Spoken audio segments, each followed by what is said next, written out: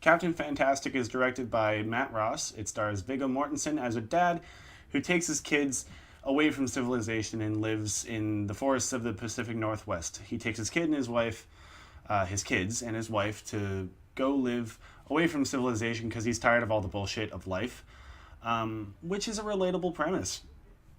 When it comes down to it, Captain Fantastic is one of two movies. It's a character study of our Captain Fantastic, Viggo Mortensen's character. It's a wonderful case study of a character who has to grow and accept other people, open-mindedness, stuff like that. It's a good character arc for that reason, but it's also an examination of whether or not our society, the way it is today, if we need the bullshit of life, you know?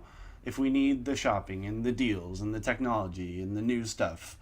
And the movie confronts that in a number of different ways. The good thing about Captain Fantastic, the thing that I think is really, really great about this movie is that the premise and idea of the movie, as good as it is, they don't rely just on that, you know? It's fleshed out in a lot of different ways. Basically, the whole first act of this movie is them fleshing out that idea and making it more interesting. This is what I'm going to say. If you liked Little Miss Sunshine, or if you liked Room, or if you loved either, you're going to love this movie, because it's basically a cross of the two.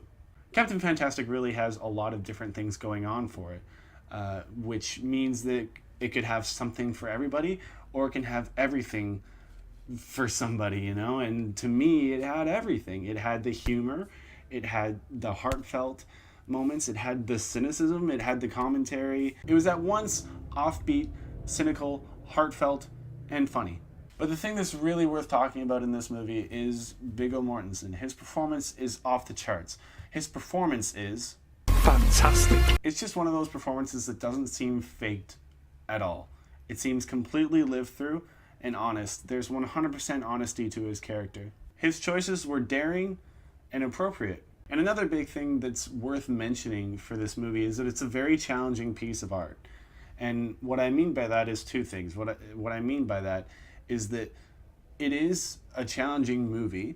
It's made with a challenging tone, and the director is really aiming to challenge the audience in a lot of ways.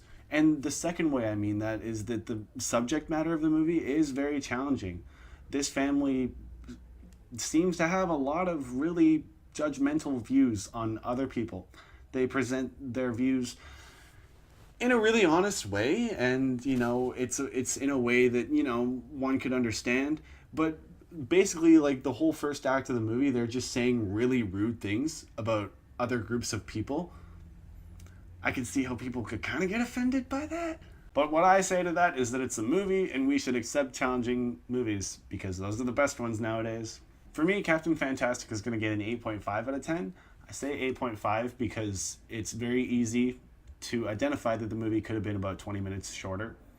The scenes that could have been cut out of the movie are pretty obvious. And the tone isn't always there, you know? And there are some things that are just missing. Notably, a few performances.